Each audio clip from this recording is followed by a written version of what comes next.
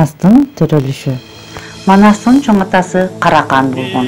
Ал дүнүйдөн өтүп, уулдары жаш калат. Кытайдын кандары мылтуу менен алууке кыргыздарга зордулук зомбулук көрсөтүшөт.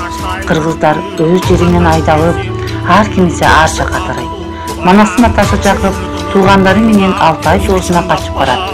Жакып балалуу болбой жүрүп, көп жылдан кийин байбичеси Чыйырды уул төрөйт. Уул баладан башкача төрөлөт.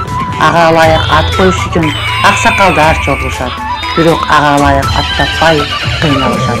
Алаңгыча аксакал чандуу пайда болот. Бул баланын атын Манас болсун деп көздөн кайып көрөт. Баланын атын Манас коюшат. Манас 12-13 жашка чыгып эс тарткандан баштап кыргыз элим, жерим үчүн жанымды аябайм деп дайманбай айтып